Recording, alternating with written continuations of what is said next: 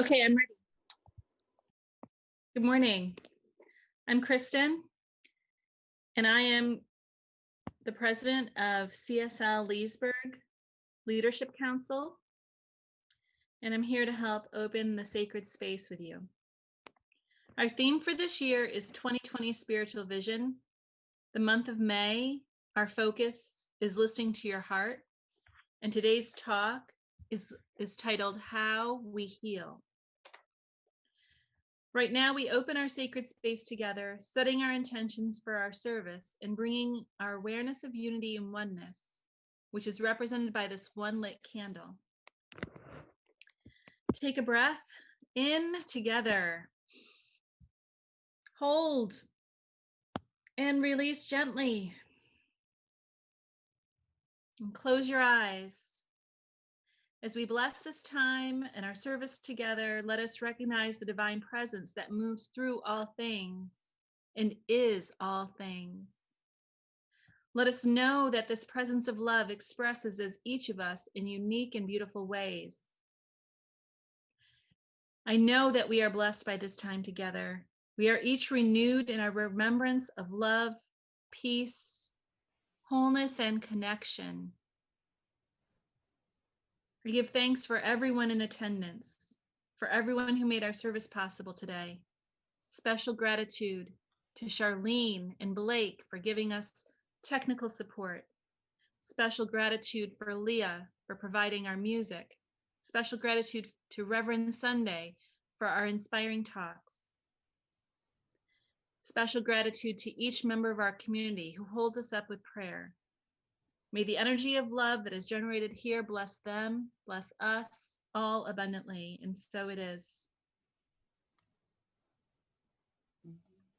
And while we're in this space of blessing, it's our time to share a prayer request or celebration. So I asked if you're in our Zoom room to put this in chat, or you can speak it out loud in our Zoom room. And if you're watching on Facebook Live, you can type your prayer request in comments. Charlene will look at the comments and let me know if she could do that. And also just know that if you haven't spoken your prayer request out loud or typed it, that it is known in the divine mind. And I know that we're all praying collectively for health of our planet, health on our planet, health and wellness for all. We're praying for justice. We're praying for peace. We're praying for our leaders to be guided by their highest good. I know that we're praying for the country that seems to be divided right now. And so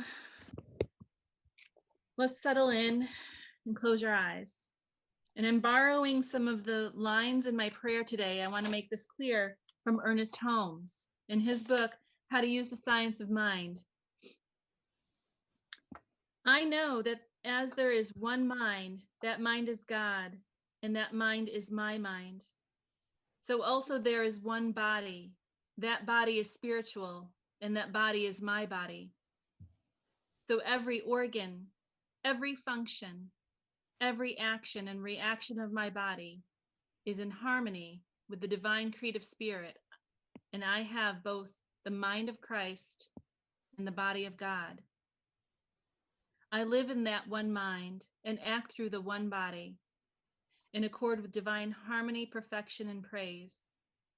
Every organ of my body moves in accord with perfect harmony, and the divine circulates through me automatically, spontaneously, and perfectly.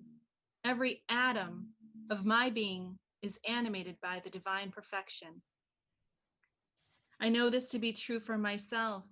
I know this to be true for every single expression of the divine on the planet right now.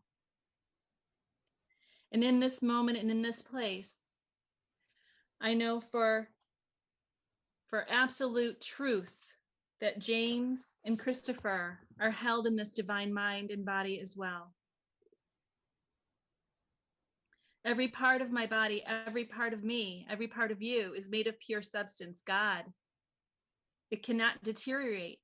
This instant, this infinite substance within me that is constantly flowing through me takes form in the likeness of perfect, whole, and complete cells. My body in spirit form knows no time, no degree, and knows only to express fully instantaneously. And I claim the perfect life of God expressing through me now in every part of my body, expressing in its innate perfection and wholeness. And I see this for myself, and I see this for all of us. And I rest with calm gratitude. In the calmness, my mind knows this to be truth, and my body and my cells ring with the truth and the vibration of this wholeness and light. And I simply rest in the gratitude, knowing that this is the law. And I release, saying, and so it is.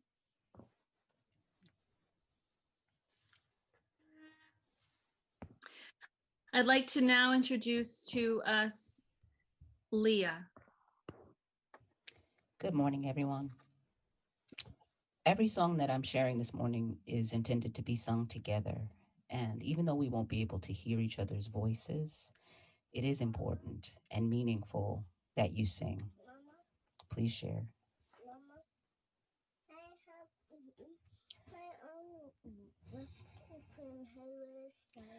I'm listening. I am listening. Spirit, speak to me. I'm listening. I am listening. Spirit, speak to me. My eyes are wide open, heart is wide open to see what I may be. I'm listening. I am listening. Spirit, speak to me. I'm listening. I am listening. Spirit, speak to me. I'm listening. I am listening. Spirit, speak to me. My hands are wide open, heart is wide open to see what I may be. I'm listening. I am listening. Spirit, speak to me. I'm listening. I am listening. Spirit, speak to me. I'm listening. I am listening. Spirit, speak to me. My eyes are wide open, heart is wide open to see what I may be. I'm listening. I am listening. Spirit, speak to me. Once more. I'm listening. I am listening. In this moment of silence, speak to me. I can hear the voices of all my kin. I'm listening. Shouting, crying. Spirit, we are calling into the wind. My eyes are wide open, and oh, the love is wide open. Oh, the peace that's here for you and me. If we would but listen. I am listening. I hear Spirit speaks to me.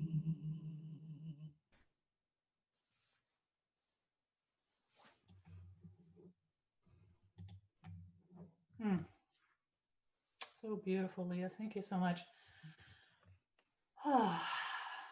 So I'm so grateful that Leah is here today to share her powerful healing music and just that whole idea of us in this very moment, this kind of challenging time we're in, to just listen and to hear what Spirit is saying to us. And this morning in my meditation, the words that came forth to me, which just really was how do we heal? How do we heal? And isn't this the question that we all have right now? And so how do we heal the divide in our nation? How do we heal racism? How do we heal from a pandemic, literally and economically and just socially, all of it that goes with it? How do we heal individually and collectively from the trauma that we have been experiencing? And how do we heal when we can't even come together and hug each other?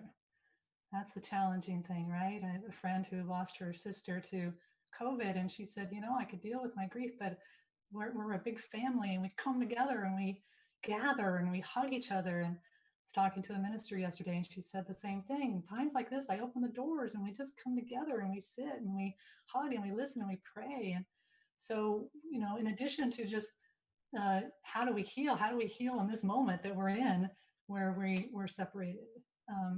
So these are big questions. They're big questions. Those who know me well might know that writing weekly talks can be an arduous journey for me.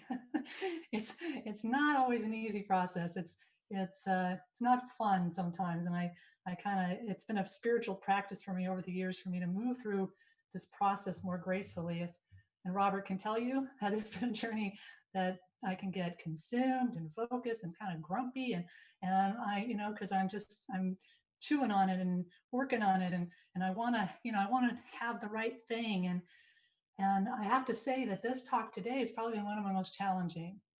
The pain is so raw, and our country is so much in turmoil, and I don't have the pithy answers. I don't have the pithy quotes or the grand solutions, and we're not going to solve this in this hour. And yet it's not my intention to save us, from our feelings, from our grief. This isn't a time when we come together just to have a heady musing about this and to come up with something that appeases this feeling. It's for us to come together and grapple with it, right? To do our spiritual practice together. And more I've come to realize that we can't think our way out of this, right? We can't think our way out of our challenges or our trauma. Our practice has to be an embodied practice. An embodied practice. We have to heal the trauma that is within us. And I keep thinking about the last words of George Floyd. I can't breathe. I can't breathe. That turned into a rallying cry across our nation. And of course, it was already a rallying cry ever since Eric Gardner uttered those words almost 6 years ago, just before his death on July 17th, 2014. 6 years. 6 years. And we're still hearing those words. We're still hearing, I can't breathe. And it's poignant that I can only imagine that these words have been spoken by more than a few people who have died from COVID, experiencing this upper respiratory disease, this breath. Wow. In the Zen tradition, there's a question to ask when things come up for us. And the question is, what is this about? What is this about? Metaphysically, the lungs symbolize grief, the emotion of grief. And our lungs, where they're situated, shelter our heart, right? So in this moment, I might just ask you to, if you choose to, just place your hands over your heart right now. I found myself doing this as I was working on my talk, just loving this part of us that, in honor of George Floyd and Eric Garner and all the people that have died of COVID, and just Feel into that moment, acknowledge our grief.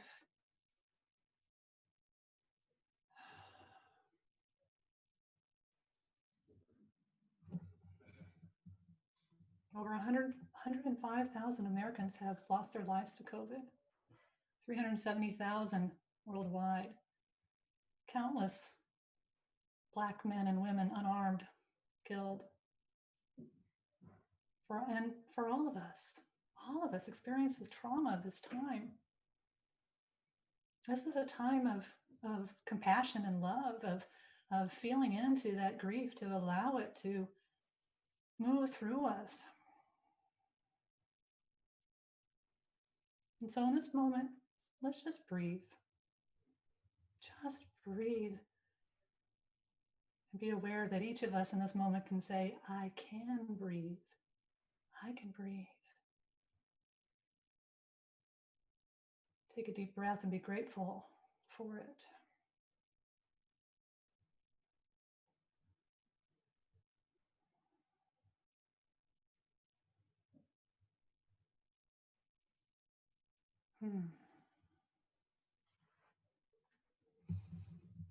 Thank you.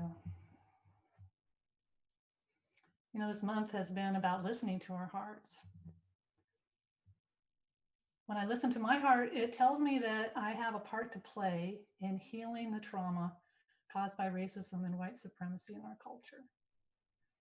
I've been reading a book called My Grandmother's Hands, Racialized Trauma and the Pathway to Mending Our Heart and Body, our Hearts and Bodies. It's by a therapist. His name is Resmaa Menakem. And his grandmother's hands reference that when he was little, he noticed that they were thick and calloused, and he asked her about that, and she said, well, they got that way from picking cotton in the field. When I was little, she said she started picking cotton when she was 4 years old. And cotton is, has it's spiky. And when you pick it, it, can scratch you, puncture you.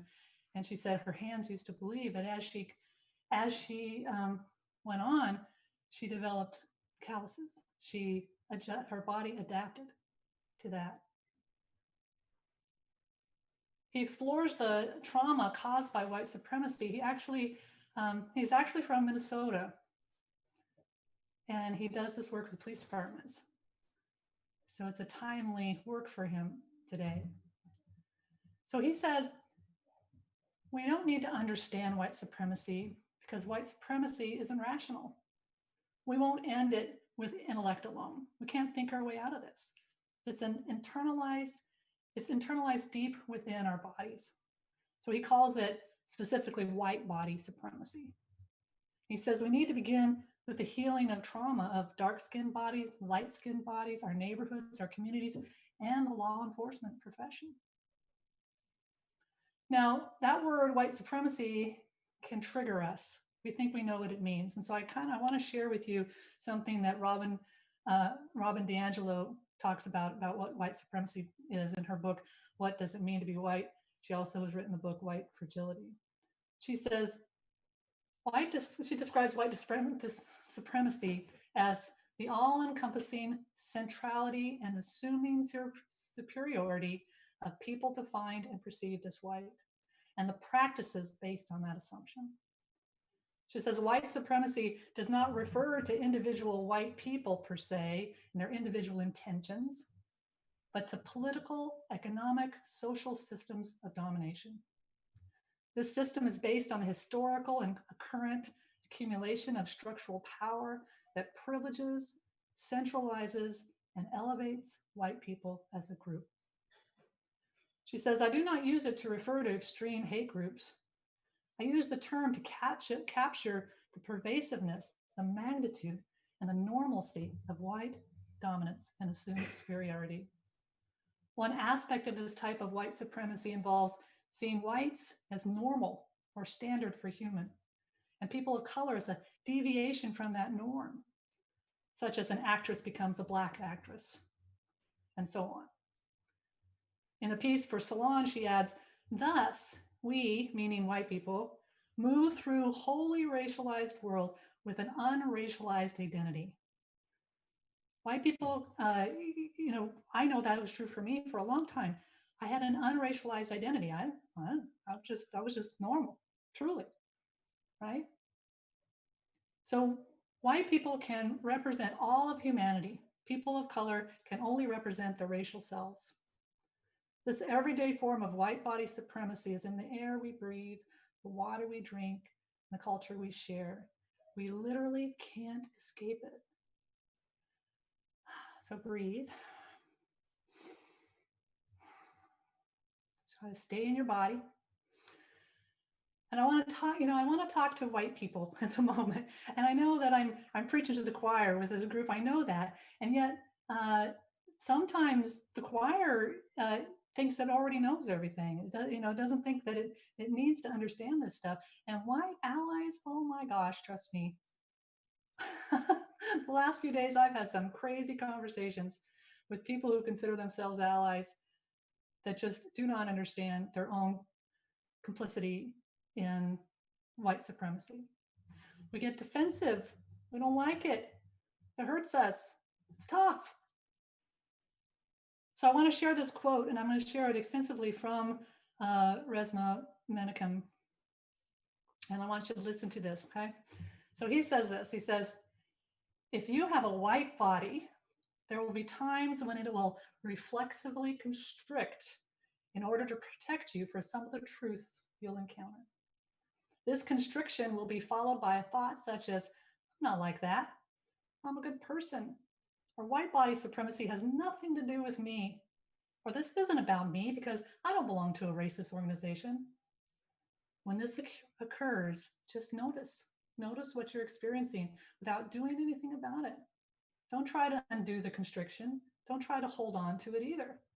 Just watch your body closely and notice what sensations and impulses and emotions arise. Don't take the reflexive thoughts seriously either. Don't try to support them. Don't debate them. Don't act on them. Just observe them as they arise and note any images or other thoughts may follow. So breathe. This kind of goes along with what I talked about last week about equanimity, right? That our spiritual practice includes equanimity, includes this not pushing away or not pulling towards us, but just allowing it. It's that question, so what is this about? What's this about? And as white people, we have to develop a little bit more stamina when it comes to being able to have these conversations. I want to talk about that in a minute. So I can't speak to what a person of color might be feeling in this moment, but Resmaa lives in a Black body. And so those who are listening, who are not white, this is what he says as we have this conversation. If you have a Black or other dark body, there may be times when your body will experience a sudden shock of recognition or understanding. Things you hadn't fully grasped before may suddenly become clear. This might be followed by a rush of energy in the form of joy or anger or outrage, or a felt sense of clarity and rightness. Let yourself experience these sensations fully, but don't hang on to them. Let them move in and through your body like a wave, then let them go. When one appears, allow it to flow fully into your body and mind without doing anything about it, and let it go, like a steadily shrinking image in your rearview mirror. Whatever your skin color, at times you may sense profound hope, relief, or both. Let yourself fully experience these as they rise and let them go. To breathe. So Resmaa talks about the fact that Black bodies have had to build stamina in the face of racism. They've had to understand white people. He says Black people have had to understand how white bodies exist as a way of surviving. Think about that. Black people had to understand how white bodies exist as a way of surviving. This was played out, depicted so well in the movie Get Out. By the way, that's your homework for all white people, to watch that movie. Thank you, Charlene, for finally getting me to watch it. I don't like the horror genre, but get over that. Get over it being scary, because it is scary, but not as much as it being a horror movie, but that it depicts white supremacy so powerfully. So powerfully. So Resmaa says, Black people have had to understand how white bodies exist as a way of surviving. whereas white bodies have actually benefited from not understanding people of color and how they have existed in the world. Because of this, white people haven't built the stamina to face our own participation in white supremacy. We get all teary-eyed and our hearts get broken. And, Barbara and Robin DeAngelis calls this white fragility. She says, Resma says, the white body sees itself as fragile and vulnerable, and it looks to police bodies for its protection and safety. It views its views of the Black body is more complex and deeply paradoxical. It sees Black bodies as dangerously impervious to pain and needing to be controlled. Yet it also sees them as a potential source of service and comfort. That sentence right there sums up the whole movie Get Out, by the way, and this truth in our lives. So again, take a breath, just feel it. Just feel it. We have to feel it. Rosema says about the Black experience, he says, the Black body sees the white body as privileged, controlling, and dangerous. It is deeply conflicted about the police body, which it sometimes sees as a source of protection, sometimes as a source of danger, and sometimes as both at once. When police bodies congregate in large numbers, however, the Black body is not conflicted. It sees police bodies as an occupying force. Think about the trauma in this moment with the protests and with the anger and with the frustration and the trauma. Resma includes the trauma on police in his book because he works with police departments, and which of course is, again, very timely. And he says this about the police body. He says, the police body senses that all bodies need protection. However, it sees Black bodies as often dangerous and disruptive, as well as superhumanly powerful and impervious to pain. It feels charged with controlling and subduing Black bodies by any means necessary, including extreme force. None of this is rational, and much of it is not even conscious. A great deal of it is outright false, rooted in racialized myth. Some of it directly contradicts what we consciously believe, as well as much of our actual experience. But our bodies don't care about logic, truth, or cognitive experiences. They care about safety and survival. They care about responding to a perceived threat, even when that threat is not real. And this, he says, as a result, our bodies scare the hell out of each other.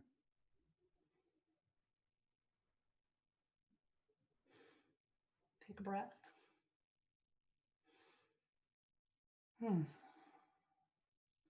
So I go back to this question of how do we heal?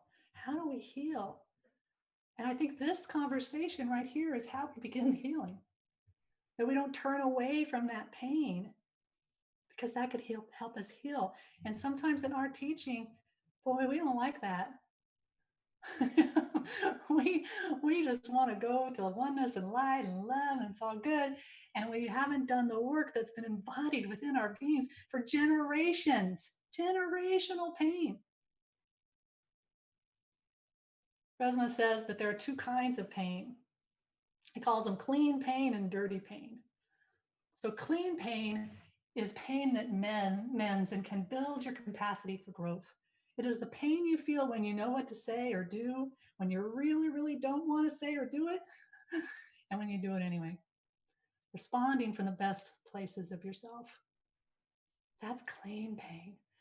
You know, I've had some painful conversations. I've had some painful awarenesses of my own unconscious bias, my own misunderstanding, my own white privilege is painful. But to be able to do it anyway, to see it anyway, and respond from the best parts of ourselves, that's clean pain. He says dirty pain is the pain of avoidance, of blame, of denial. When people respond from their most wounded parts, become cruel or violent or physically or emotionally run away, they experience dirty pain. He says the key factor in the perpetuating of white body supremacy is many people's refusal to experience clean pain around the myth of race. Instead, usually out of fear, they choose the dirty pain of silence and avoidance and invariably prolonged pain. So we teach in our teaching that we're responsible. We're responsible for our consciousness, that we co-create with this amazing divine presence that moves through the subjective, that creates, that creates our world.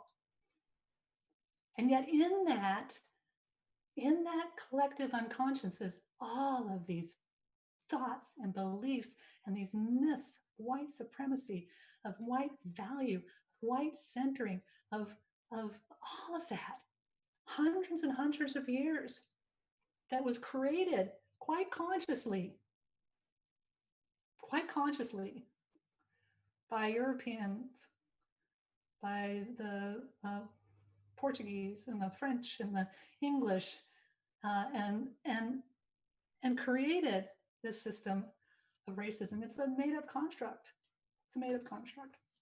And yet that is deeply embedded into our psyche, into our unconscious, our collective unconscious.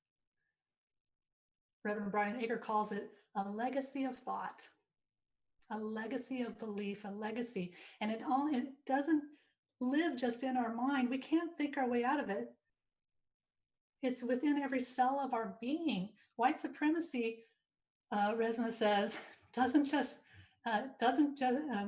live just in our thinking brain.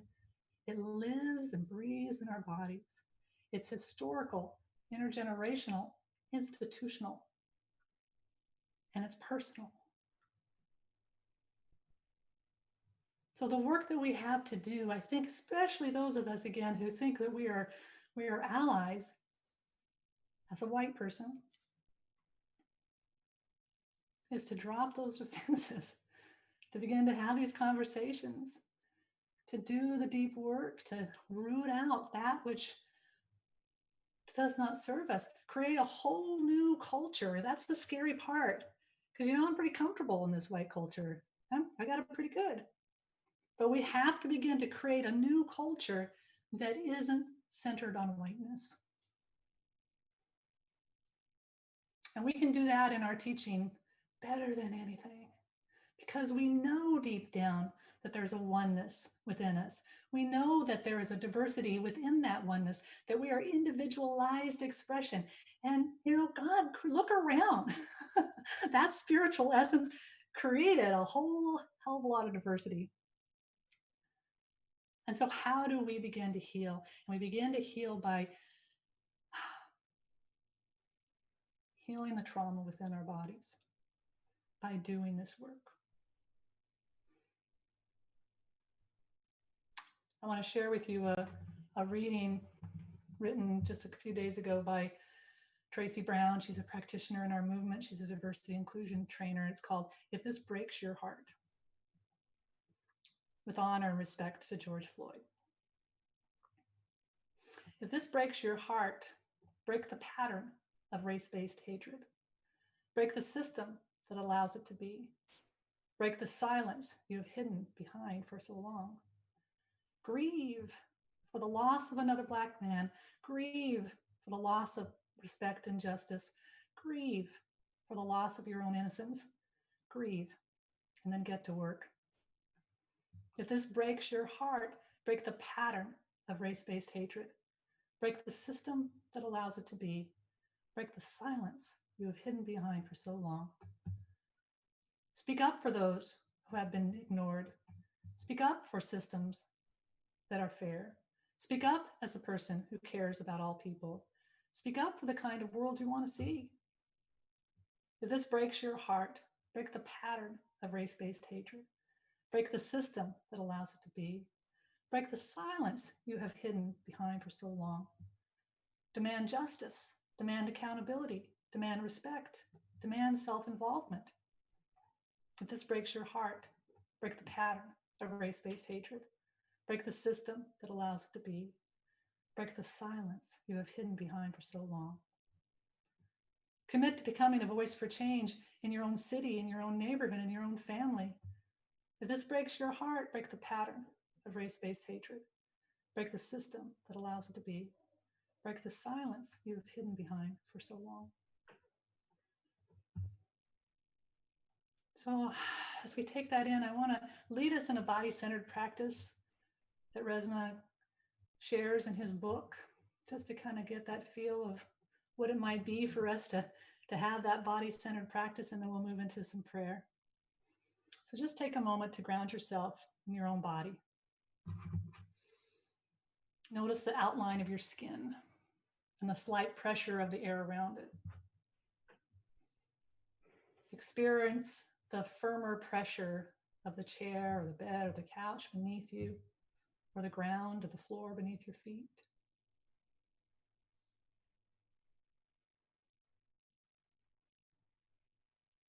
Can you sense hope in your body?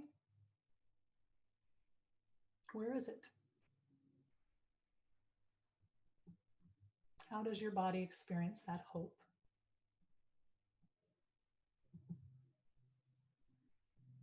Is it a release or an expansion?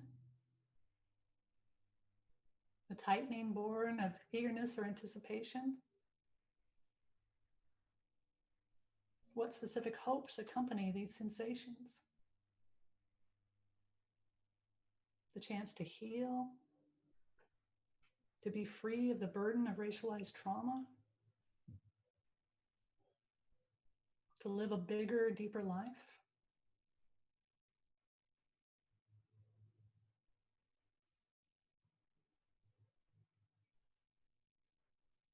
Do you experience any fear in your body?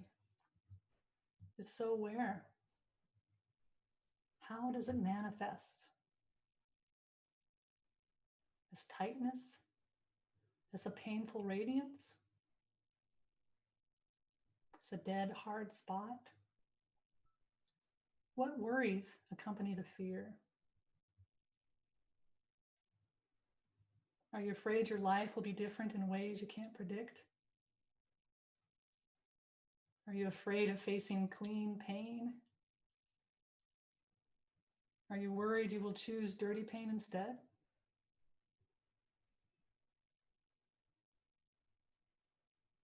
Do you feel the raw, wordless fear and perhaps excitement that heralds change?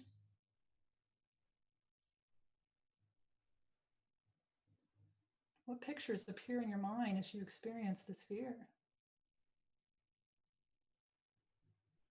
What pictures appear in your mind when you experience this hope?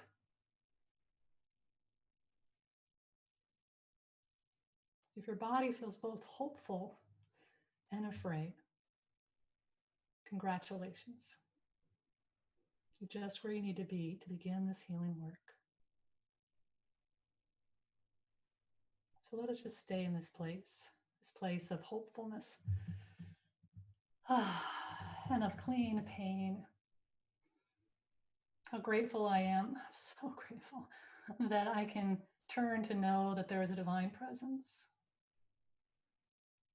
That beyond it all, there is an essence of love, a love force that indeed is the divine creation of all life. And I know that this love force, this energy of life and peace and wholeness moves through me in this very moment, that I am an individual expression of this one. How good it is to know that, to claim it, even in this moment of challenge, to go back and touch into the divine truth of me and my very nature. No matter about my ignorance, no matter about the way that I've gone about the world, how I have created pain, or how I might have lived in this racialized world in a way that has been painful to others. Even in all of that, I can go back to the divine truth of who I am, and to know that in this moment, there's a new way of creating, a new way of expressing. In this moment, I can remember that divine truth of who I am and allow that to move through me to create a world that works for all, to heal that which is in my body, to heal that which is in our culture, in our world. simply by doing this healing work. And so I claim this truth for me, and I claim it for anybody that's within the sound of my voice. In whatever body you live in this moment, there is a divine protection, perfection, and protection that moves in and through each of us, through you. And that divine expression unfolds in the most perfect way for what is yours to do, what is mine to do, what is ours to do. How is it that we are going to heal this racialized trauma in ourselves and in the world? And I know, just like Leah's saying, that we can listen, and that Spirit speaks to us in this very moment. Let us just listen. What is it that Spirit is telling you about what it is yours to do in this very moment to be a healing presence for yourself and for the world? Just listen for a moment.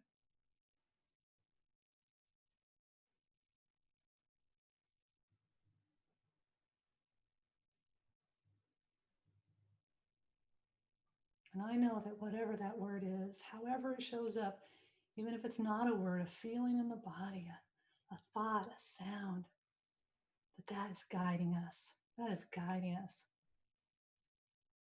And so as we surround ourselves in this moment with this healing divine light that moves through each of us, let us just cast it out into our world, especially around our country in the moment, Minneapolis and other places where this racialized pain is bubbling up and being exposed, and this is an opportunity for us to stand for justice, to stand for healing and wholeness. And I just know that every person that is finding their voice today finds it empowered in a way that brings peace, that brings healing, that brings wholeness. I know that everyone is safe. And I surround all those who are protesting and those who are charged with the protection of our cities, that divine spark is within each of them. And in this moment, there is love. There is love.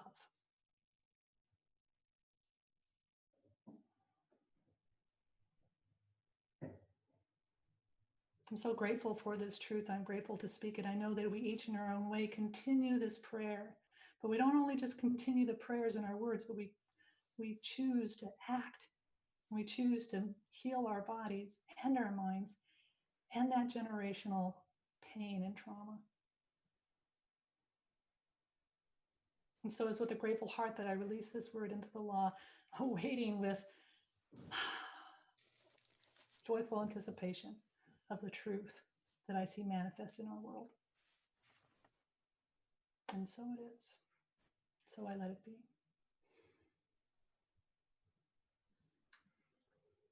And so Leah is going to sing for us again. Once again, I invite everyone to sing. My hands are strong enough, they're strong enough, and I'm good enough. My hands are strong enough to give love. My hands are strong enough, they're strong enough, I'm good enough. My hands are strong enough to give love. My hands are strong enough to love. I'm here for love. My hands are strong enough to love. I'm here for love. Every day, every hour, I am filled with power, and I'm strong enough to give love. Every day, every hour, I am filled with power, I'm strong enough to give love. My hands are strong enough, they're strong enough, I'm good enough. My hands are strong enough to give love. My hands are strong enough, they're strong enough, I'm good enough. My hands are strong enough to give love. My hands are strong enough, they're strong enough, I'm good enough. My hands hands are strong enough to give love.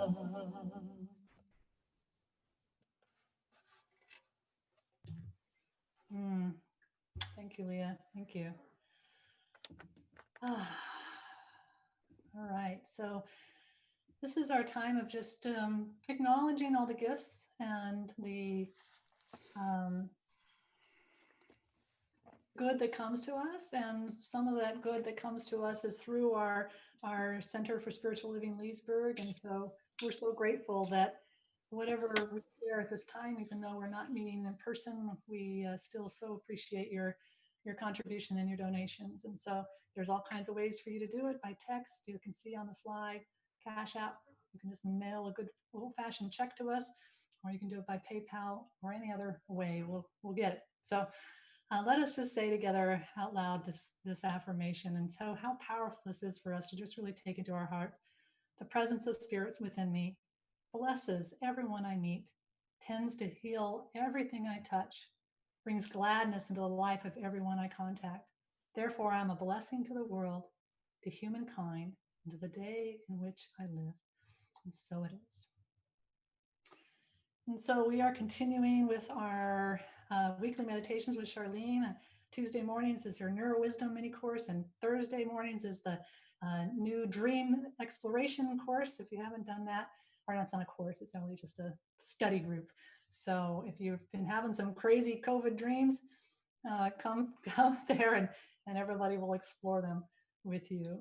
So thank you to Charlene for just being such a powerfully supportive presence in our community.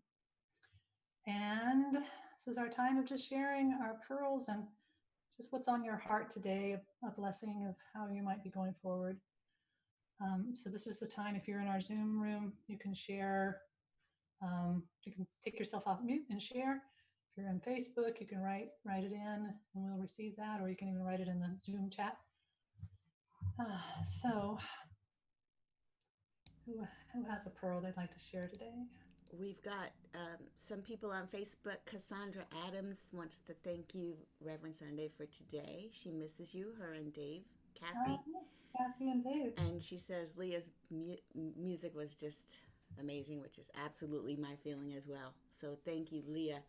And then Sunday, as usual, thank you for saying just the right thing that everybody just really needs to hear right now. You struck just the right tone, in my opinion, right? Because you put the onus on all of us to go within where all the work starts and to allow ourselves to feel the way we're feeling. And even I have some stuff that I run. If I see another video of another black man, so sometimes I do the dirty pain. I still haven't watched the whole video of Floyd because I heard that he calls out for his mama. That's going to make me cry. So I don't watch it. And I'm like, oh, yeah, I see what you did there, Sunday. If you can watch Get Out, then I can watch the dang video with George Floyd and then do what and have the feelings I'm supposed to have. So thank you for leading us toward where we need to be with this. I really appreciate you. Thank you, Charlene. And I just have to say, it's okay for you not to watch a traumatizing video. That's not what I meant at all. If you feel like you can move through it, but that's a traumatizing video. It's not like Get Out that is clean pain. That's pretty challenging. So it is okay if you don't want to watch that. Can you put us on speaker view, on gallery view for those of us in the room so we can see each other? Thank you, Charlene.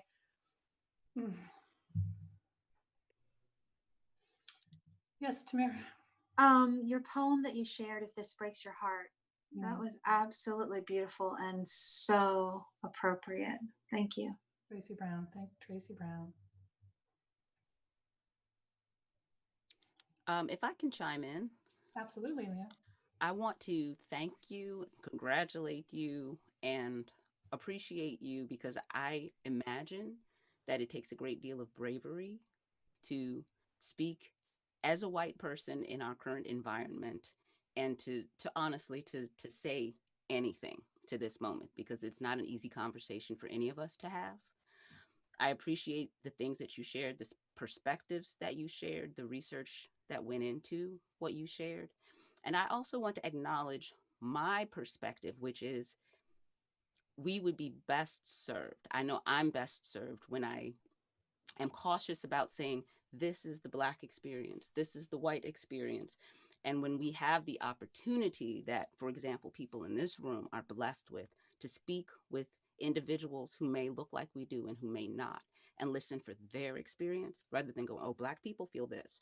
Because I have experienced a great number of well-meaning, wide open-hearted whites approaching me with assumptions about my emotion or my experience of being an American. And I think we're better served when we just say, hello, new person. Who are you? What are you experiencing in any situation? I think that gives us a greater opportunity to expand who and how we want to be together. Yes, I so appreciate that, Leah. Thank you for sharing that. And that's why I just quoted Resma, because I absolutely know that I cannot know as a white person, any person of color's experience. So absolutely, thank you for sharing that. Yes.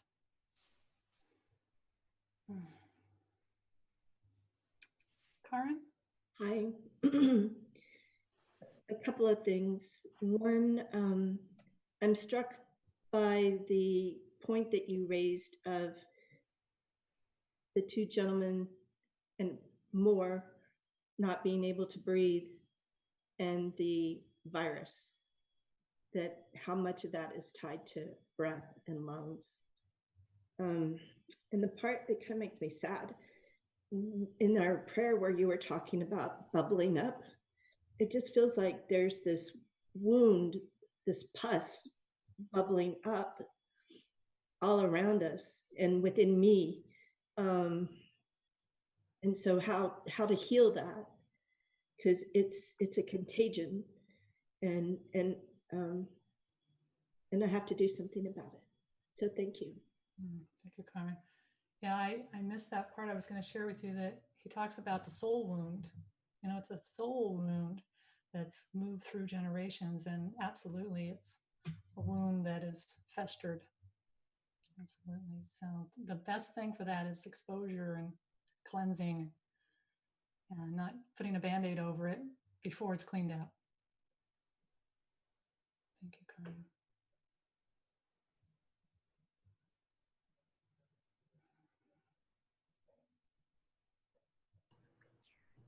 I just want to say thanks to Leah for the music. Heartfelt. Did you make it up right on the spot? No. These are songs that have been born in the last couple of months. Yeah. Through our collective trauma, healing this time that we're experiencing together. Beautiful. I think there's a whole lot of awakening that has to happen. People that have no idea what they're been living in privilege, and you know, just think got a lot of work to do. No doubt. Elaine, were you saying something, because you're on mute and I can't hear you? Here I am. I appreciate the definition of clean and dirty pain. That was very helpful to me. And I was also sitting here thinking that this is generational, and we're passing it on to our kids. And we really got to do some work in that area, I think. So thank you for everything. I love your challenged messages. They're always awesome. Thank you.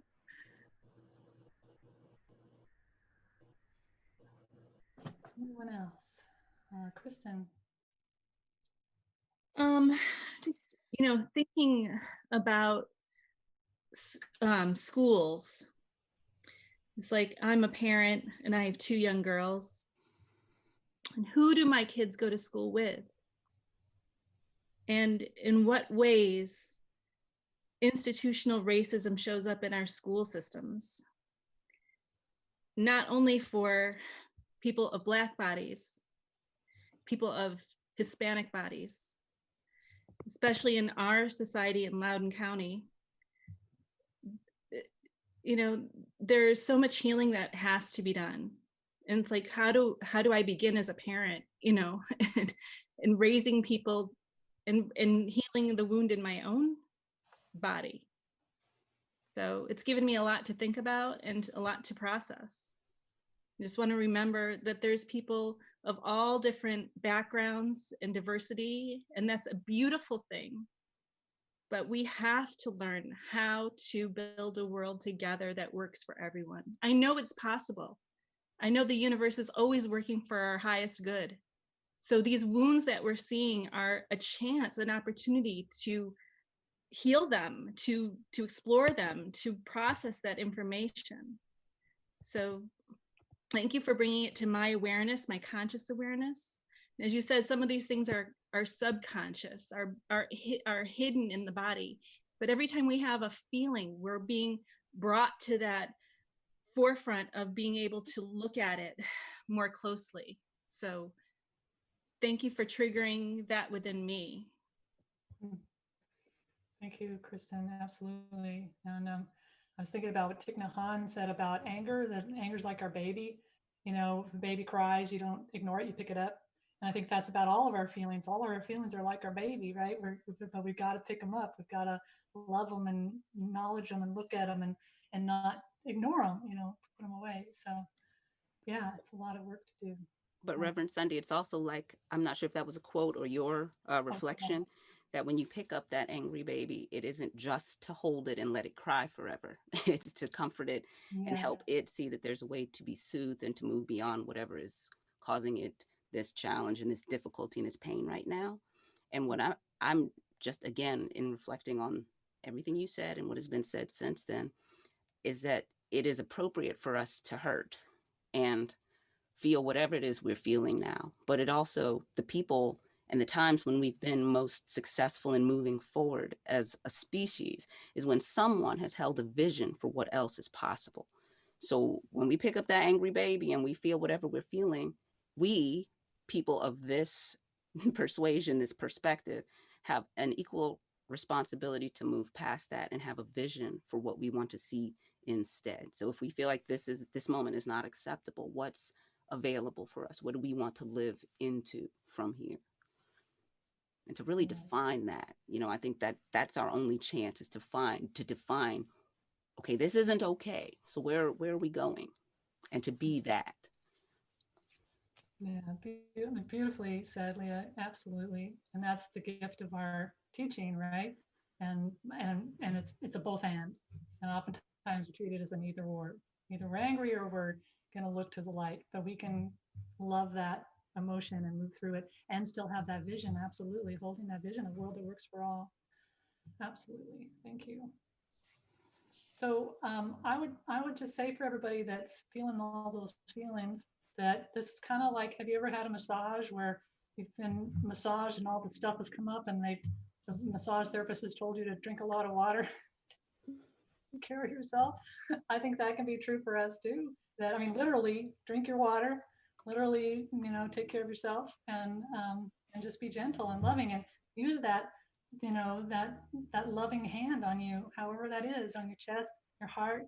Just allow yourself some self-compassion. Move through it in a way that is that clean pain, to move through it to that vision that Leah speaks so powerfully. So Leah's going to sing us out, and I love you all, and I'm available. If you guys need me to reach out, and we'll do prayer work. And so is Charlene, available for prayer work anytime. Leah, go ahead and sing us out. Thank you so much. So I'm sure everyone in this room and everyone listening has heard this song before and knows that this is an American song that was born through American trauma, but that also has the potential, when we listen to and internalize these words, to be a source of American healing. So please do sing. I'm gonna lay down my sword and shield down by the riverside, down by the riverside, down by the riverside. I'm gonna lay down my sword and shield down by the riverside and study war. no more. I ain't gonna study war no more. Ain't gonna study war no more. Ain't gonna study war no more. I ain't gonna study war no more. Ain't gonna study war no more. Ain't gonna study war no more. I'm gonna lay down this burden down by the riverside, down by the riverside, down by the riverside. I'm gonna lay down my burden down by the riverside and study war no more. I ain't gonna study war no more. I ain't gonna study war no more. I ain't gonna study war no more. I ain't gonna study war no more. I ain't gonna study war no more. I ain't gonna study war no more.